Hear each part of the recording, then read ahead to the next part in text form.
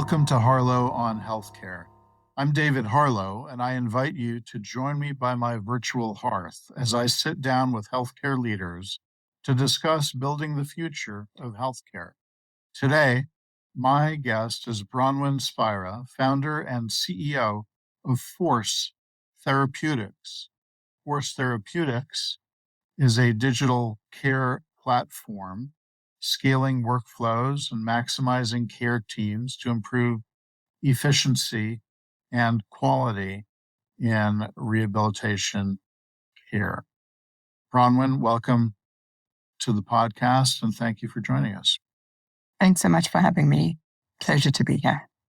So let me know if I've characterized your work correctly. Maybe tell us a little bit more about Force Therapeutics and how you've gotten to be a company founder and what you're doing these days. Sure, absolutely. So I am a clinician by training. I spent 22 years working as a physical therapist in multiple different care settings. Worked at the Rusk Institute here at NYU Medical Center for a long time, and then opened and ran a number of private practices around musculoskeletal and orthopedic care.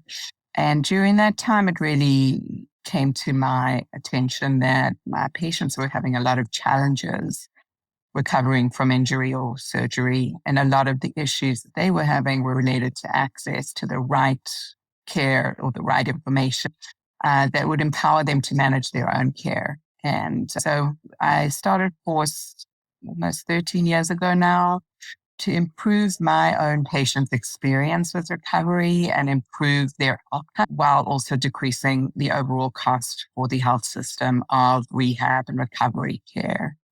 And so the Force platform really enables providers and clinical care teams to manage and monitor their patients remotely throughout a musculoskeletal episode and really guide them through recovery from injury or surgery. And so the Force platform serves as a tether between the patient and the provider that delivers prescriptive, relevant, timely, mostly video-based information, communication, exercises that patients can access wherever they are, usually outside of the brick and mortar of the hospital system. So over time, I've seen firsthand in some of my work the development of bundled payments for episodes of care. And that's part of what you're describing. And what this is making me think about is the opportunity for really integrated care to be planned, executed, and reimbursed at a global level. Have you seen some of your clinical organization customers put your service to use in that respect and in service of that sort of goal to create a bundle? Absolutely. So it's an interesting kind of evolution here. And to be clear, we created Force to provide better care and a better patient experience. It just so happened at around the time we were thinking about how this would work and what the incentives could be for health systems, value-based care was kind of starting to take hold. And so what we're doing does actually fall into that category. And it's certainly been a tailwind for us in that by leveraging technology and enabling patients to be successful remotely with remote care, virtual care, it certainly reduces the cost of an entire episode of care, which is really what a bundle is. And so we've seen, incredible savings for a lot of our health systems and clients. We save on average $3,000 per case in a bundle for hospitals. And that's really just reducing those unnecessary post-acute costs, such as readmission complications, overutilizations of home health services, and just keeping that patient experience efficient while also providing the right care that patients need and enabling them to be as successful as they can possibly be in their own care. So I wonder if we could get a little more concrete and think about or learn about how does your platform, how do your tools help a patient be more adherent to the program, post-operative program, which I imagine is at the core of how we reduce costs, reduce readmissions, et cetera? Absolutely. And I can give an example here because I think that'll help just picture exactly where those levers are in terms of patient experience and also cost savings. So we typically engage a patient, and let's take, for example, a total knee replacement patient. Very common procedure, a lot of variability in cost, which is why I think Medicare targeted joint replacements in the bundle. So patients who are about to undergo total joint replacement, let's say total knee replacement, need to do certain things before they actually go to the hospital or the ASC for surgery. So they may need to do certain exercises that'll prepare them. They may need to do pre-admission testing, certain things like stop taking certain medications or not eating for a while or preparing their skin with hexidine wipes or whatever that hospital is using. So there's that pre-op, what we call pre-op optimization period where the patient really has to understand, what am I about to undergo here? So we really help them setting expectations, preparing them all in the voice of the care team. And so that when they arrive at the hospital for their surgery, they're prepared, they know what to expect, they have their discharge plans, their care partners engaged, their care partner knows what to expect, and the patient is really ready to go. One of the big cost drivers for hospitals is late cancellations of surgery. When a patient arrives at the OR nurse is ready, the trays are ready, the surgeon's booked, and then the patient's not ready to have that surgery. But because it's last minute, they can't fill that OR. So that's a waste of an OR, and they can't really make up that money at the hospital system. So that's one of the examples that we think about as we're doing that pre-op preparation phase. The other thing is we have research to suggest that patients who know what to expect post-discharge have a better outcome. So pre-op expectations are directly correlated to post-op outcomes, and we take that really seriously. And then once the patient gets home after their surgical episode, and David, now surgeries that used to spend a week in hospital are now spending a number of hours in hospital, 4 to 6 hours in the case of an ambulatory surgical procedure. So it's really important that they have a means to understand and be educated around their surgery, their post-op expectations, and wound care, things that you would normally be able to educate them on when they're in person and now have to be done virtually. So once they get home from the hospital, again, they're logging into this one platform that streamlines their workflows, what they should be doing every day, what they, how to care for their wound, what not to do. And obviously that changes over time. What you're supposed to do in your first week post-op will look very different to the instructions you get in your second week, third week, and so on. And so the platform is intelligent enough to know what the patient needs and when they need it. And the instructions can be anything from how much should I be walking? How much pain should I be experiencing today? And as you can imagine, those are the kind of things that might send the patient back to the OR or to an urgent care center. But once patients are educated around this is normal, don't worry about it, here's what to do about it, there is much less of that additional anxiety and cost that's baked into the overall episode cost. So that's So, really where we see the value. so I'm wondering if, given the fact that your company's been around for a while, pre-pandemic, what the effect of the pandemic was on your company. Did you see an increased need for the service you provide, a decreased need just because there's maybe a decrease in elective surgeries, or how did that play out?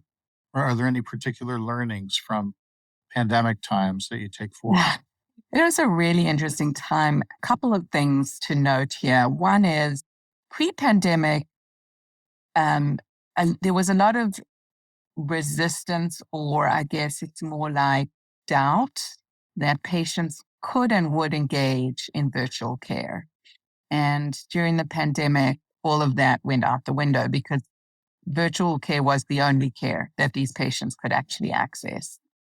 And yes, you're right. A lot of elective surgeries were canceled in the beginning of the pandemic. And I think that our existing clients use systems like ours even more to educate and communicate with their patients and say, hey, I know we had to postpone the surgery, but here's what you can do to keep yourself on track.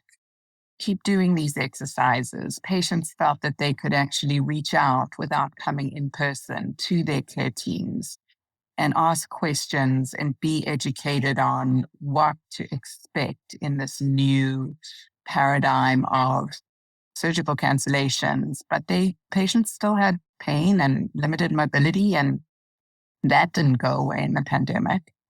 So I think what the pandemic did for providers was it convinced them that patients actually could and would engage in digital care. And all of the preconceived ideas around patients are too old or they will feel that I'm not being personal enough actually went out the window. And so we saw a lot of usage, different types of usage, but we saw a lot of engagement, certainly between our care teams and our patients during the pandemic. And since things opened up again, it's just become more like the norm from a patient expectations perspective, where patients expect to actually be digitally connected to their care teams, but also from a provider perspective, where they understand that there's a lot of value to be had in engaging patients remotely, monitoring them remotely, and keeping them accountable, keeping that data flow going, and just, again, that tether that was created between the patient and provider is incredibly valuable. And I think that's been accepted and even celebrated since the pandemic. If you're just tuning in, this is Harlow on Healthcare, coming to you on Healthcare Now Radio. I'm David Harlow, and my guest today is Bronwyn Spira, CEO and founder of Force Therapeutics.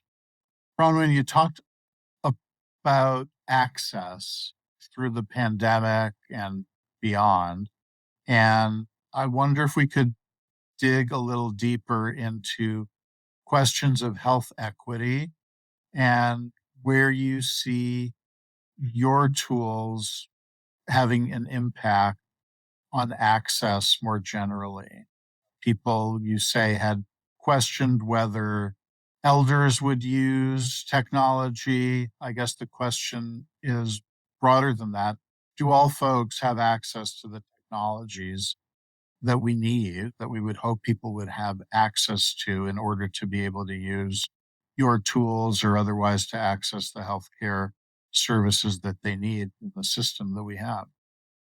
Yeah, that's a really important topic. And I feel that there's not enough focus placed on this issue. So certainly when I was in clinical practice, a lot of my own patients had issues with access to care, and that may have been transportation to the hospital, the ability to secure childcare if they were parents, ability to leave their workforce, and then issues like copays and issues like language barriers. I think it's really important that if we want to be an equitable society, that we make care accessible to everyone. And from the MSK perspective, about 30% of our population today is uninsured or underinsured.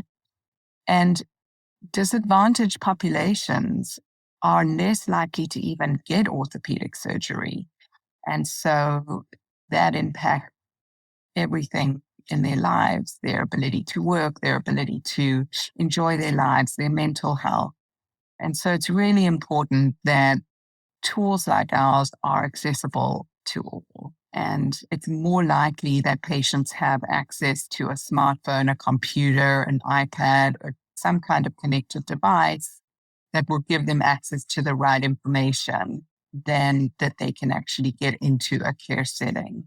And of course, in terms of musculoskeletal care, they need to access information often.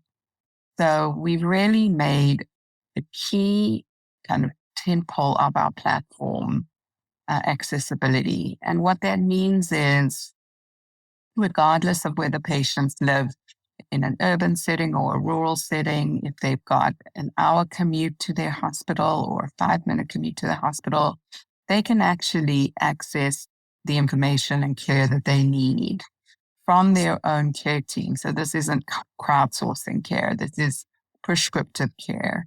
And that care is accessible to them based upon their own needs, in their own language, at their own reading level. That's another big important thing about equity, is that you provide information to patients that is not understandable by them. You may as well not provide care at all. So all of these Right. things Every are once in a while, intentional. I will try to see if things that I write are actually readable and understandable. And one of the tools built into the software that I use will tell me that somebody probably needs 26 years of schooling or whatever to understand what I'm writing. So that's not a good sign. Try to scale it back. Try to maybe Absolutely. change And things. But yeah, that's an important issue. It's a very important issue that's often overlooked. And I wonder if in the content that you put out there and the idea of having it accessible in that way is very important. Is the it's content generated by your company or by the clinical teams that you're working with who are using your platform, or a combination of the two? so we do have an in-house production team and we do have an in-house clinical team, which means that we understand how to produce content and we put everything through the filter of third grade reading levels. We know that health literacy disparities can impact patients' ability to actually receive the care they need. And we use a lot of video, and video is a very powerful medium. And for example, with exercises, instead of a patient looking at a stick-figure diagram with unintelligible instructions, they're watching a video, they can understand, they can see the person on the screen, mimic that person, but also get not only a voiceover that's third grade reading or understanding level, they get closed captioning, they get translation, and so, whatever it takes to make sure that our patient can understand the information that is important to their recovery, we make sure that happens.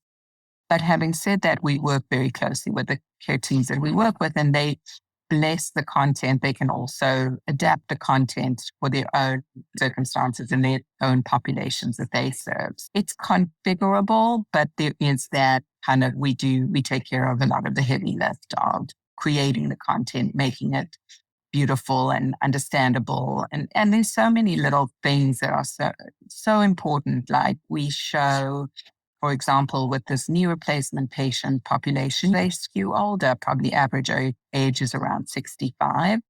So when we do the videos, we won't show a 20-year-old exercise model doing the videos. It will be an older patient who is potentially looks like the patient on the other side of the screen in their home setting, which is important. These are not patients in a gym, because we know patients don't all have access to gyms. So really thinking about and being very intentional about how those videos are produced, formatted, so that they're absolutely digestible and understandable by our patients. That is such a key driver of success if you're delivering virtual care. Great. So are you working directly then with provider organizations? Do you also work with payer organizations? What's the mix? And how far out are your tools being used? So we work today with about 70 health systems across the US. We sell directly to provider groups. We are a provider-driven solution. And so we work with large academic medical centers like Scripps Health, Dartmouth, the Brigham, and then large orthopedic private practices that are managing a lot of patients. We've treated over 700,000 patients on the platform to date. And as we add more and more health systems, that number obviously increases exponentially. And the beauty of the size and scope of that population is that the data that sits underneath those care plans informs not only our own platform development and our intelligent care plan, but also our providers' ability to actually redesign or iterate on the way they're delivering care. And so all the data that we collect, anything from pain to range of motion to functional outcome scores, all of that gets fed back to the health system to analyze and decide this looks like it's working, that may need to be tweaked. And so it really becomes this iterative partnership with the health systems so that we know that care is continuing to improve, patient experience is continuing to improve, and most importantly, outcomes are continuing to improve.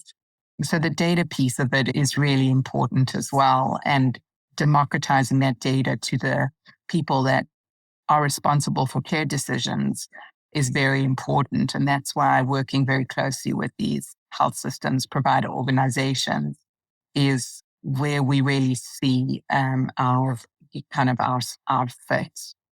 Sure. Does that data end up in their native health record system, or is this like a separate login for their MSK care specifically? Interoperability is extremely important. We do bilateral integrations with our clients so that we can receive data from the EHR and put any data back into the EHR, which is really the system of record. And that's really where that data belongs. What EHRs don't do well is this kind of last mile patient engagement, patient experience piece. Sure. And we know that if we can create a meaningful experience for patients, they will continue to engage and they will provide that data that can then sit back in the EHR and be part of their record. Health systems can either use Force the data as a standalone analytics platform, and it's a very easy login. It can be single sign-on, which means they log in one time and they can see their data, or they can look at it in whichever way they want within the EHR. But really, in my mind, the importance of data is that it's contextualized within the service line so that point of care decisions can be made, which means navigators or nurses can actually see the data real time and make actionable decisions. Maybe I need to bring this patient in. Maybe I need to change their prescription. Maybe they need to go and see a physical therapist. And then there's that other side of the data coin, which is that aggregate data, which shows trends and activity and engagement across the service lines. It doesn't really matter how and where that data lives. It matters where the eyeballs are. We want to make sure that it's Sure. We want to make to, sure it's not locked away somewhere and it does. Exactly. Yeah. Sounds Yeah. good. To wrap things up, Bronwyn, I wanted to ask you if you could think about if you were to wake up tomorrow and find yourself 5 years in the future, what is one thing in healthcare that you would hope or expect to find has changed drastically? Well, certainly the cost of healthcare for patients, I think, is a big issue. And I do believe that technology deployed responsibly with the clinicians' oversight is the way to get there. And I think patients who are engaged in their care are lower cost to the system, have better outcomes, can return to the workforce and be productive, have lower incidences of mental health, diabetes, obesity. It really does start with creating accessible in multiple ways here, but really creating an accessible virtual experience for patients that they can use to improve and engage in their own care and really speed them to better outcomes with the right care at the right time. Well, that's all we can ask for. Thank you very much. I've enjoyed speaking with you today. Likewise. Thank you so much, David. You have been listening to Harlow on Healthcare. Join us at healthcarenowradio.com. Let's continue the conversation on building the future of healthcare together at #HarlowOnHC. I'm David Harlow, keeping the fire going and holding a seat open for you. Until next time.